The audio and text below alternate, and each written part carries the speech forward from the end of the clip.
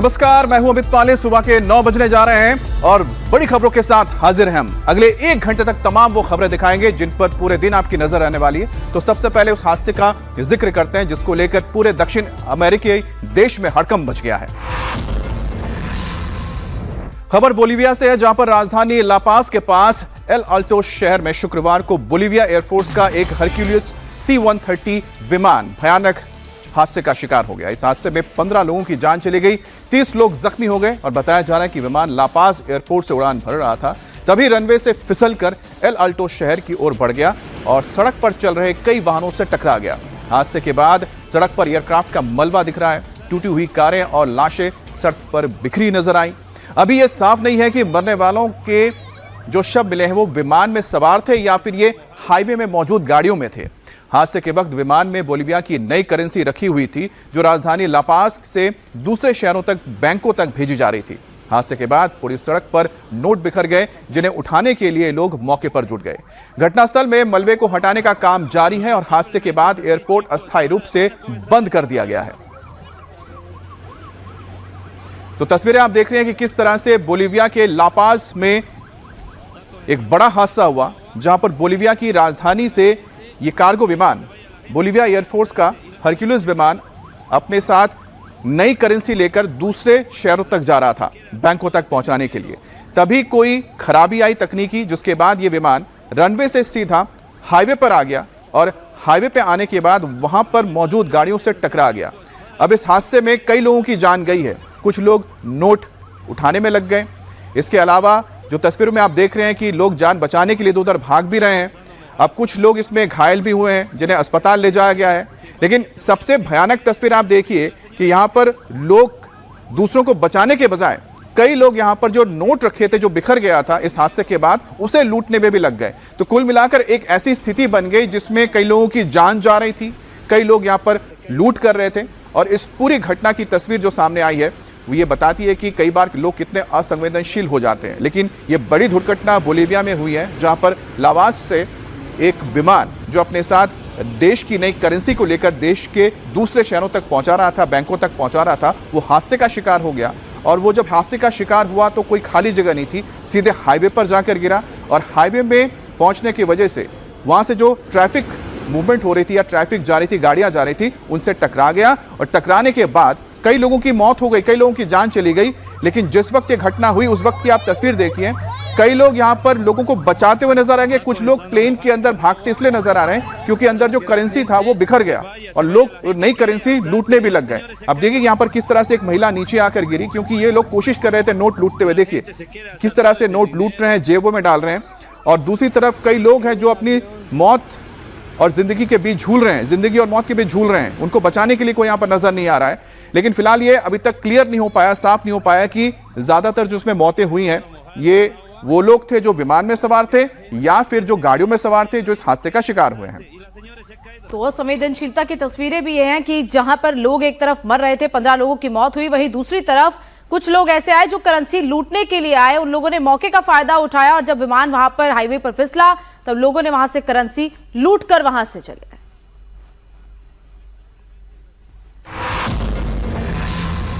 वहीं इटली के मिलान शहर से भयानक हादसे की घटना सामने आई, जहां एक बेकाबू ट्राम अचानक पटरी से उतरकर सीधे एक बिल्डिंग से जा टकराई।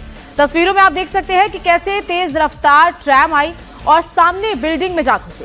ट्रैम लगभग पलटने वाली थी लेकिन बिल्डिंग से टकराकर रुक गई। तो वहीं इस खौफनाक घटना में 2 लोगों की मौत हो गई जबकि 30 से ज्यादा लोग घायल हुए। घटना की सूचना मिलते ही मौके पर पुलिस, दमकल और कई एम्बुलेंस की गाड़ियां पहुंची और घायलों को अस्पताल पहुंचाया गया। तो वहीं रेस्क्यू ऑपरेशन में प्रशासन लगातार जुटा हुआ है। जानकारी के मुताबिक हादसा विटोरियो वेनेटो एवेन्यू पर हुआ, जहां ट्राम को सीधा उसी रास्ते पर आगे बढ़ना था, लेकिन तेज रफ्तार ज्यादा होने की वजह से ट्राम दूसरे ट्रैक पर चली गई और बिल्डिंग से जाकर टकरा गई। तो ये तस्वीरें आप देख रहे हैं कि किस तरह से इटली में एक भयानक हादसा हुआ। अब इस हादसे में जो लोग शिकार हुए हैं वो इस ट्राम के अंदर मौजूद थे और देखिए कितनी तेजी से ये ट्राम आया और सामने ये अपने स्पीड को कंट्रोल नहीं कर पाया, जिसके चलते सीधा ये ट्राम जाकर वहां मौजूद इमारत से टकरा गई और इमारत से टकराने के बाद वहां रुक गया गनीमत ये रही कि ये ट्रम पलटा नहीं। अगर पलटा तो आप सोचिए कि और कितने लोग इसमें जख्मी हो सकते थे या फिर जान जा सकती थी। लेकिन ये ट्रैफिक है, यहाँ पर आप देखिए ग्रीन लाइट भी है, तो कुछ गाड़ियां आगे भी जाती जो वक्त रहते शायद समझ गई होंगी, संभल गई होंगी, इसलिए गाड़ियां आगे नहीं गई और ये ट्राम सीधे बिल्डिंग से टकरा गई। आपको बता दें कि जो ट्राम की स्पीड होती है वो 40 किलोमीटर प्रति घंटे की रफ्तार सबसे ज़्यादा रखती है, यानी कि 20, 30, 25 तक ही ये चलती हैं। लेकिन शायद इसकी स्पीड ज़्यादा रही होगी जिस वजह से ये अपने नियंत्रण को नहीं रख पाए कंट्रोल, और नियंत्रण खो जाने की वजह से जो ट्राम का ड्राइवर था वो सीधे इस ट्राम को लेकर बिल्डिंग के अंदर घुस गया।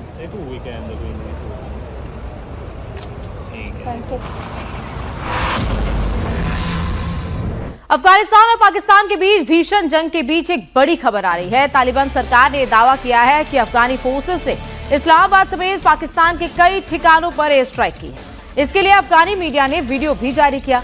अफगानी मीडिया के हवाले से कहा गया कि एबटाबाद, स्वाबी और नौशेरा में पाकिस्तानी ठिकानों पर हमला किया गया।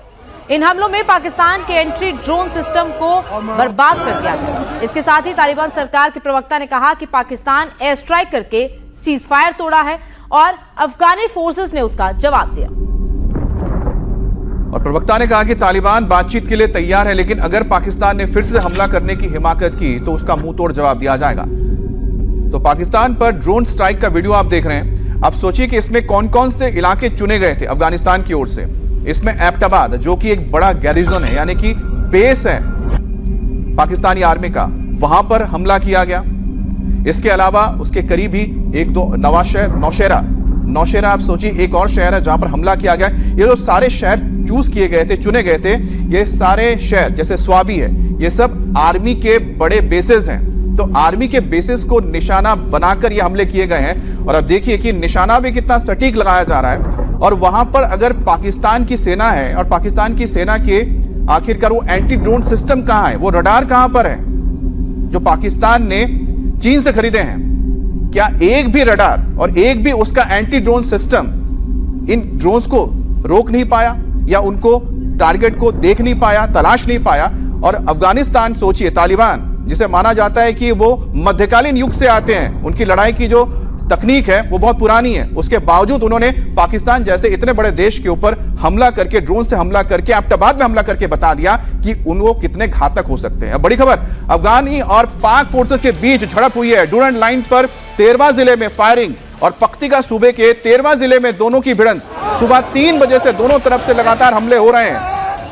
तो ये बड़ी खबर आ रही है, पख्तिका वो इलाका है जहां पर पाकिस्तान की ओर से हमला किया गया था। तो पख्तिका के ही साथ लगे डूरंड लाइन पर पाकिस्तान के फोर्सेस के ऊपर हमला किया गया, उनके चौकियों को तबाह कर दिया गया। तो डूरंड लाइन को तो अब मान ही नहीं रहे अफगानिस्तान, चाहे वो पख्तिका हो, खोस्त हो या पाटिका हो, ये सारे वो इलाके हैं जहां पर इस वक्त लगातार या फिर नगरहार हो, ये सारे वो इलाके हैं जो डूरंड लाइन से सटे हुए हैं।